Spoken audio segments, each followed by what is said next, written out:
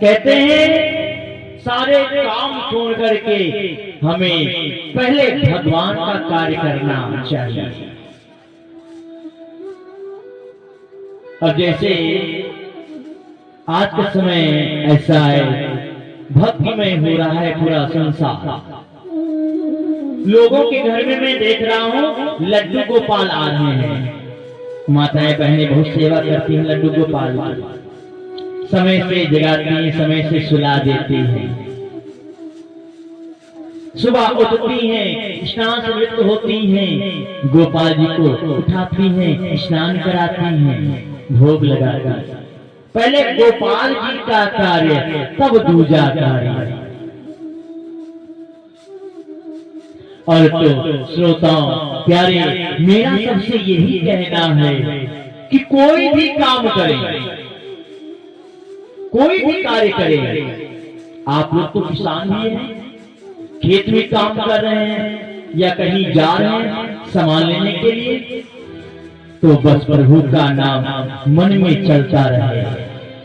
भले ना बोले लेकिन मन में प्रभु का नाम संकीर्तन चलता रहे। और माताएं बहनें आप लोग भी अगर रोटी बेल रही हैं तो बस हर सांस में हो सुमिरन तेरा, यूं बीत जाए जीवन मेरा। हर सांस में हो सुमिरन तेरा, यूं बीत जाए जीवन मेरा। माता बहने बेलन चला रही है, रोटी बेल नहीं है। हर सांस में हो सुमिरन तेरा, यूं बीत जाए जीवन मेरा।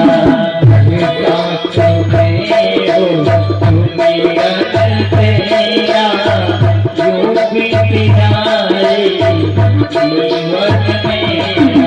तेरी पूजा करके बीते सांझ सवेरा, तेरी पूजा करके बीते सांझ सवेरा, यूं बीत जाए जीवन मेरा, बीत जाए जीवन मेरा।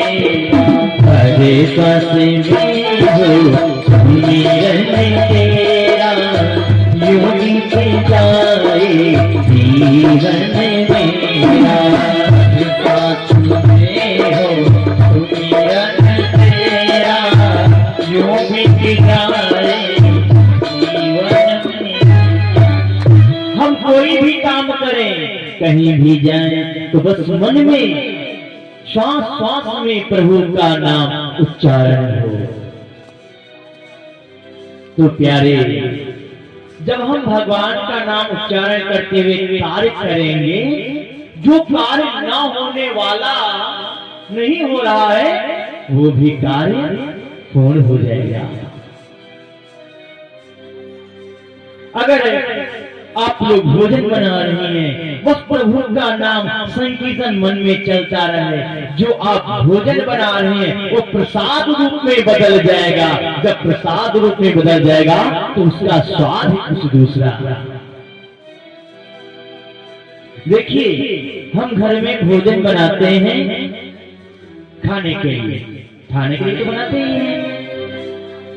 हम भोजन बना रहे हैं, सब लोग खाना खाएंगे, भोजन करेंगे, लेकिन जब हम प्रभु के नाम से भोजन बनाते हैं कि भोजन बन रहा है प्रभु के लिए और इसको प्रभु पाएंगे, प्रभु के नाम से जब हम भोजन बनाते हैं तो प्रसाद इतना स्वादिष्ट लगता है, फिर कहना ही क्या। जैसे देख लीजिए भंडारे का प्रसाद, कद्दू ज्यादा किसको पड़ता है, नॉर्मल चीज पड़ता है, ना लहसुन ना प्याज, और कितना अच्छा लगता है खाने में। और पूरी देखिए कितना स्वादिष्ट लगता है। इसीलिए प्यारे हमें हर पल हर क्षण उस परमात्मा का ध्यान करना चाहिए, चिंतन करना चाहिए, क्योंकि नहीं प्रतीक्षते मृत्यु, जो काल है, जो मृत्यु है, वो ये कभी नहीं सोचती कि इसने अपना कार्य किया है या नहीं, क्योंकि काल सदा सर्वदा सावधान रहता है। किस समय मेरा काल आ जाए कोई पता नहीं। जब प्रभु का नाम संकीर्तन चलता रहेगा तो हम अगर पाप भी किए हैं, जीवन में नरक भी जाना होगा, तो भगवान नाम संकीर्तन से स्वर्गवासी होंगे, वैकुंठवासी होंगे। बोले भागवत महापुराण की। फिर जयकारे में कंजूसी, माताएं बहन साल भर के आती हैं, आराम से बैठती हैं, बाबा सुना रहे कथा। भैया दादा लोग बेचारे जय एक ही दो लोग हैं जो साल उड़ के आए हैं। आप थोड़ा साल से बाहर हाथ कर लीजिएगा, हाथ उठा करके जयकारा हरदम लगाया जाता है। जब भी जयकारा लगाया जाए तो हाथ उठा करके, इसका मतलब प्रभु मेरे पास कुछ नहीं है, मैं जैसा आया था संसार में वैसा हूँ, मेरे हाथ खाली हैं। और कहते हैं हाथ की रेखा बदल जाती है केवल हाथ उठाने से, भगवान का जयकारा करने से।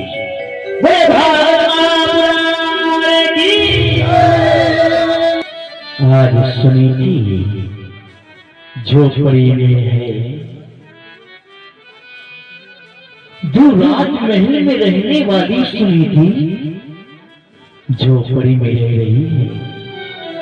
कहते हैं समय बड़ा बलवान होता है, समय बड़ा बलवान होता है।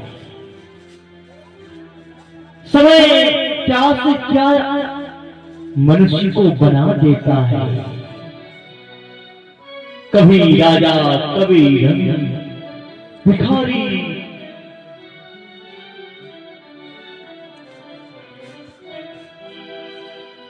सुनीति क्या करती है, जब सायंकाल हुआ तो जौ की रोटी गांव से मांग कर लाई थी भिक्षा में। जौ की रोटी बनाई और बना करके सर्वप्रथम भगवान को भोग लगाई, उसके पश्चात स्वयं ग्रहण किया। भगवान से प्रार्थना की, हे प्रभु हे भगवान, मेरे राजा को आप, मेरे स्वामी को आप प्रसन्न रखें और वंश आगे को बढ़े। प्रिय भक्तों,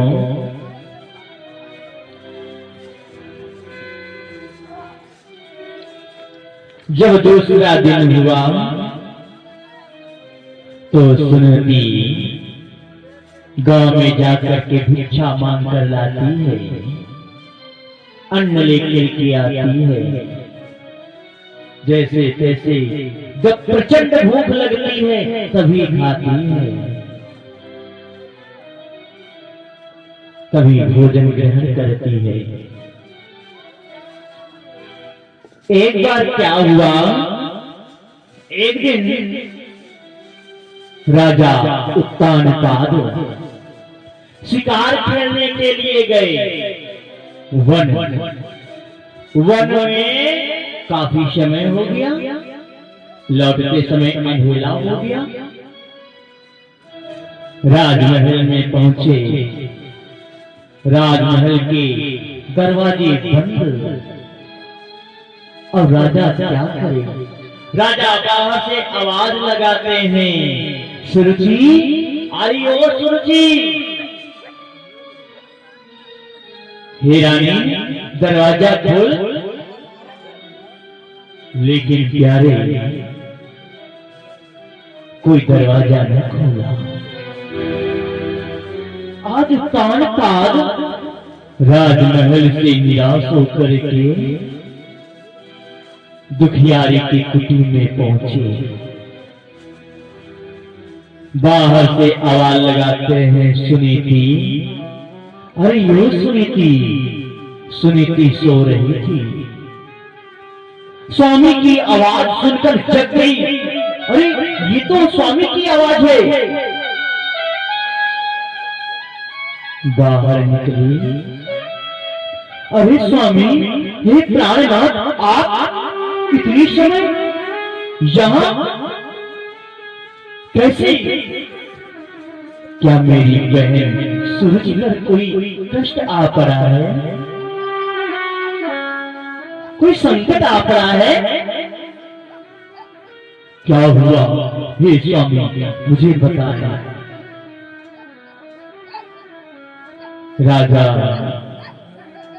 कहते हैं, रानी मुझे भूख लगी है। रानी सुनीति क्या करती है? कुशा का आसन था, आसन डाला, उसी में राजा बैठे।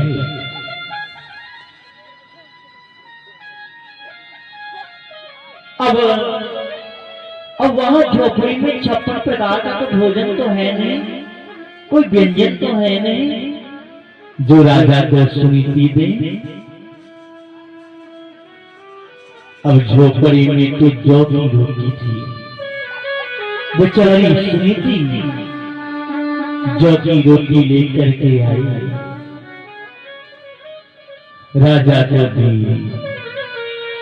राजा जैसे पहला ग्रास तोड़ा, कौर तोड़ा, जैसे मुंह में डाला, रुदन करने लगे। कहने लगी, रानी मैं तो पहले ही तुझसे कह रहा था कि दूसरा विवाह मत करा, मत करा, लेकिन तू बिल्कुल नहीं मानी।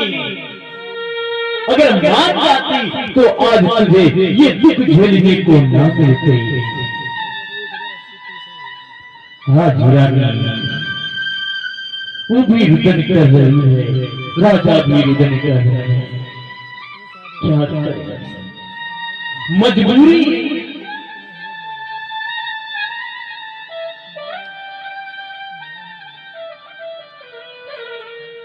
राजा कहते, रानी अगर तू जिद ना की होती तो आज ये जो जौ की रोटी है इस शायद खाने को ना मिलती। नाना प्रकार के व्यंजन मिलते खाने के लिए, और तू राजमहल में रहने वाली, कभी झोपड़ी में नहीं थी। आज तू झोपड़ी में रह रही है। प्रिय भक्तों, राजा रुदन कर रहे हैं। जैसे तैसे रात बीती, प्रातः काल हुआ। प्रातः काल होते ही राजा राजमहल में पहुंच गया। सूरज ने देखी, सूरज देखी, बोली, अरे स्वामी, आज मैंने रात में एक स्वप्न देखा। क्या देखा? कि मैं आपको भोजन करा रही हूं और कुछ ही क्षणों बाद मुझे चित्र हुआ है जो गांव से बाहर खेल रहा है, गांव से बाहर ही रह रहा है, और वो राजमहल में आया। जैसे राजमहल में आया, मैंने उसको अपमान कर दिया और भगा दिया। राजा कहते, रानी सपने की बातें झूठी होती हैं।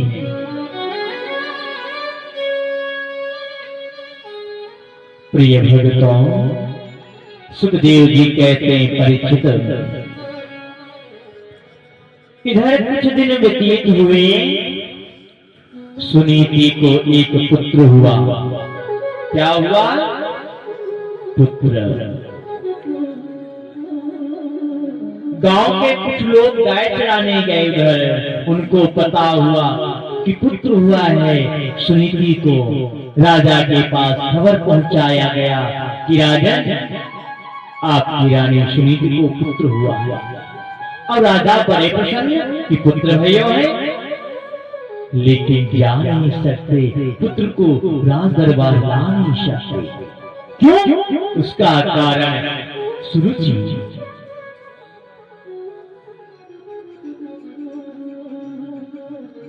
प्रिय भक्तों, ज्योतिषियों के द्वारा नामकरण हुआ। क्या नामकरण हुआ? क्या नाम रखा गया? ध्रुव। क्या रखा गया?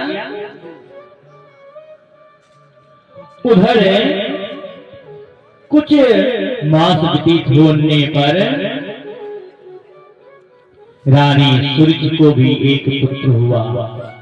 उसका भी नामकरण करवाया गया। उसका क्या नाम पड़ा? उत्तम। क्या नाम हुआ? उत्तम। प्रिय भक्तों,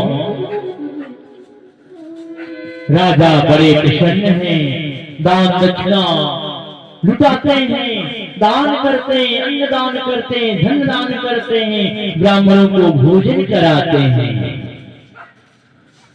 प्रिय श्रोताओं, दोनों पुत्र घर में जन्मे, एक राजमहल घर और एक दुखियारी की झोपड़ी। एक ने किया गर्भ धारण, उस दिन से पलक न छोड़ा है।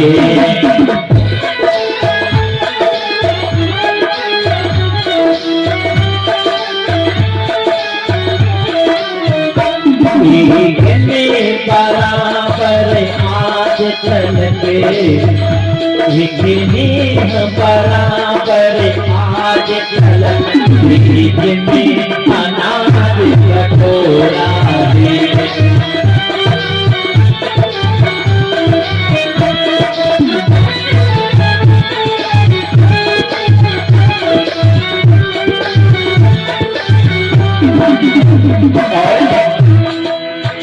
यज्ञराज कुंवर कहा करके,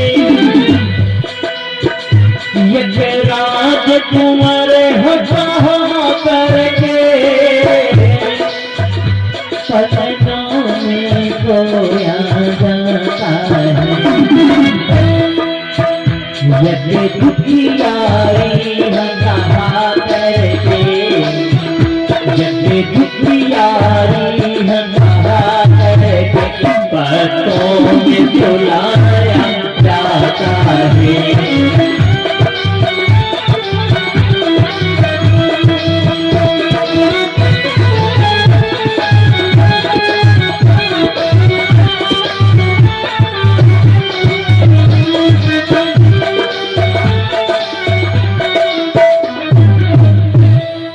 प्रिय श्रोताओं, एक राजमहल में सोने के पलने में सो रहा है और एक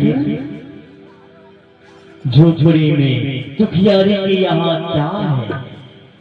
पत्तों में बुना चुना जो आसन है, उसी में वो ललना पल रहा है।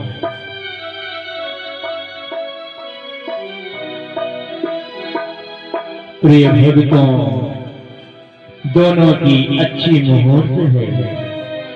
अच्छे मुहूर्त में दोनों बच्चे जन्म लिए।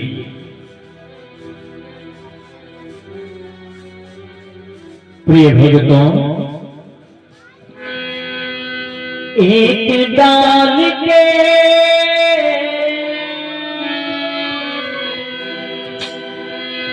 एक वृक्ष के दो टुकड़े, पर किस्मत जुदा जुदा है। एक डाली जाए हवन में, एक से जल रही है।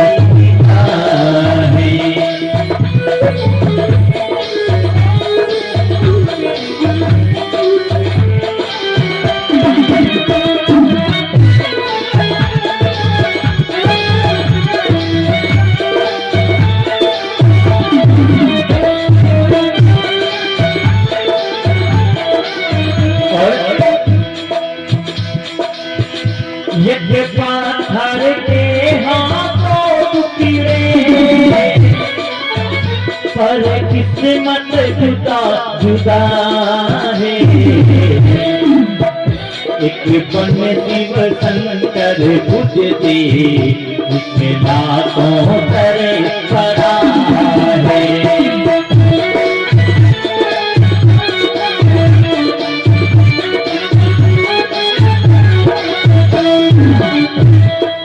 प्रिय श्रोताओ, एक वृक्ष की दो डालें, पर किस्मत जुदा जुदा है। एक डाली जाए हवन में, एक से चिता जल रही है। किस्मत की बात है प्यारे, किस्मत की। प्रिय भक्तों, इधर ध्रुव जी महाराज कुछ बड़े हुए, अब तो बच्चों के साथ खेलने जाने लगे। ग्राम के जो बच्चे हैं उनके साथ ध्रुव जी खेल रहे हैं। प्रिय श्रोताओ, तभी एक बच्चे ने कहा, अरे ध्रुव, हे मित्र, तू मेरे घर चल, तुझे मैं अच्छे अच्छे कपड़े दिलवाऊंगा अपने पिता से, और तू ये जो बुना चुना कपड़ा पहन रखा है पत्तों का, इसे निकाल दे, बढ़िया सा कपड़ा दिलवाऊंगा तुझे। ध्रुव जी कहते हैं, ना भैया, फिर कभी चलेंगे। बच्चे कहते हैं, अरे ध्रुव, तुम्हारे तो पिता नहीं है, चलो मैं दिलवाऊंगा अच्छे कपड़े। प्रिय भक्तों, कहते गरीबी के दिन बड़े कठिन होते हैं। गरीबी के दिन बड़े कठिन होते हैं। खाने के लिए बेचारा गरीब कितना प्रयत्न करता है, कितना मेहनत करता है, बस दो रोटी के लिए।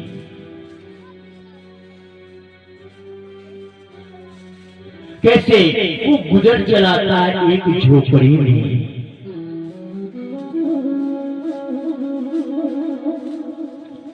ध्रुव जी को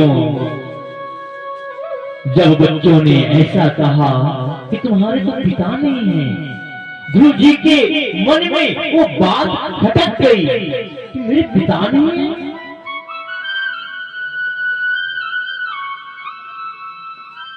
झोपड़ी पहुंचे, मैया से बोले, मैया, अरे मैया, मुझे ये बता, मेरे पिता कौन है? प्रिय श्रोताओ, सुनीति कहती है, बेटा, तुम्हारा पिता वो परम पिता परमेश्वर है।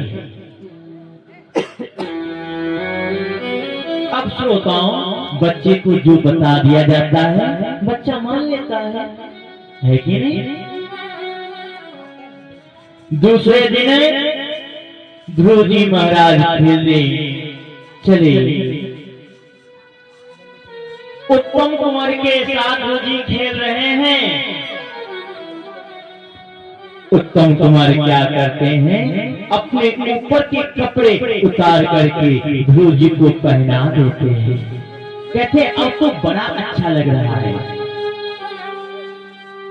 और श्रोताओं, अगर कोई दुखिया है, कोई गरीब है, अगर इसको कुछ कोई वस्तु दे दिया जाए तो देखिए कितना प्रसन्न हो जाता है, खुशी की सीमा न रहती है। और ऊपर से कहता है, भगवान का कल्याण करे, दुआ देता है, हरदम प्रसन्न रहे। और श्रोताओं, गरीबों का कहा जो वचन है, उनकी जो दुआ है, जो आशीर्वाद है, तो प्यारे वो अवश्य लगता है। क्योंकि वो दिल से दुआ देता है ना, हृदय से उसकी आवाज निकलती है कि भगवान इसकी रक्षा करे। दान भी ऐसे लोगों को देना चाहिए जो हृदय से दुआ दे, हृदय से आशीर्वाद दे।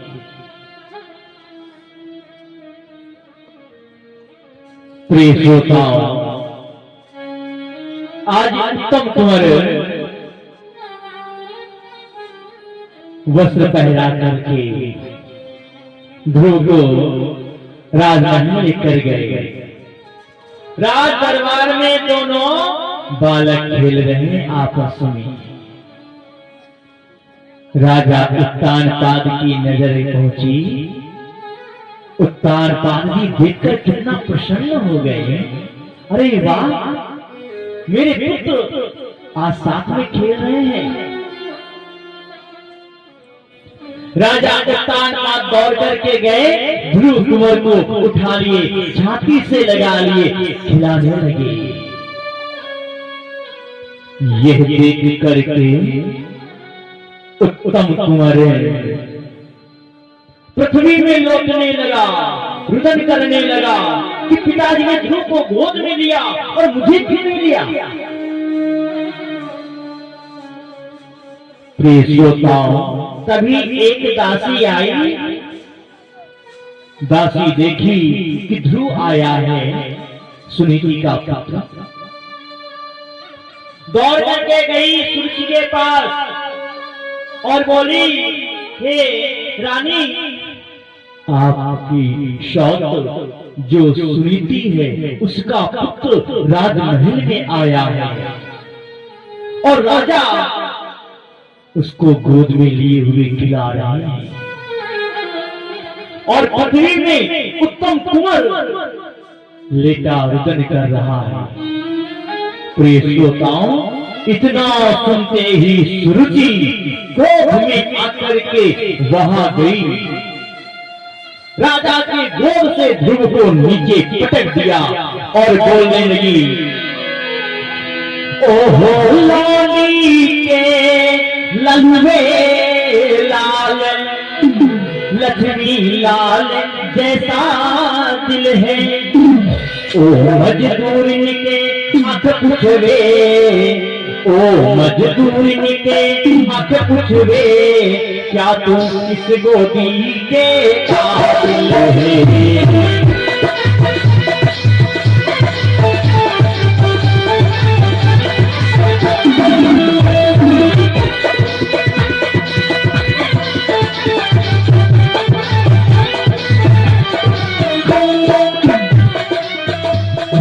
हंस भागे पूर्व में कहीं, यदि थोड़ा भजन किया होता।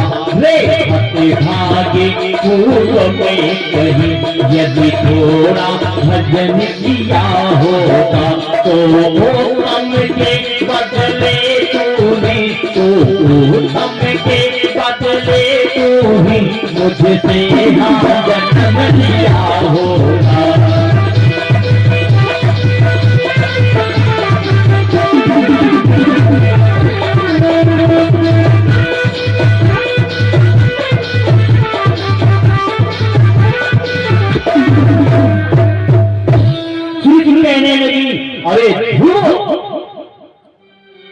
अगर तू पिछले जन्म में भगवान का भजन किया होता तो आज तू इस गोदी के काबिल रहता। तू भाग जा यहां से। बेचारे ध्रुव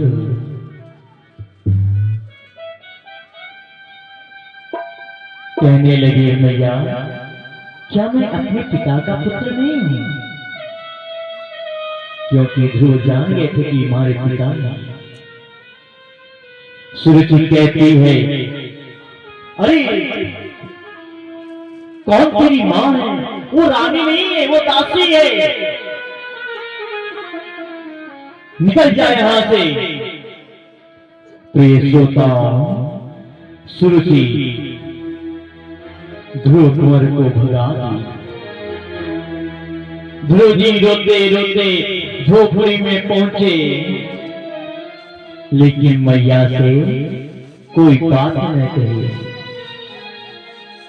रुदन कर रहे हैं। मैया सुनीति कहती, अरे लैला, हे पुत्र, तुझे क्या हुआ? किसने तुझे क्या कहा? अरे बोल तो सही। प्रिय भक्तों, ध्रुव जी कुछ बोल नहीं रहे हैं कि अगर बोल देंगे तो माता और विमाता में वैर भाव उत्पन्न हो जाएगा, क्योंकि ध्रुव जी संस्कारिक है ना। ध्रुव जी कोई बात नहीं बता रहे हैं। प्रिय भक्तों, तभी राजमहल से एक दासी आई। दासी आकर के रानी सुनीति को सारा हाल कहीं सुनाया। सुनीति कहती है, अरे मैंने तो उनका कुछ बिगाड़ा नहीं, कुछ लिया नहीं, न कुछ कहा, फिर भी मेरे पुत्र के साथ ऐसा क्यों?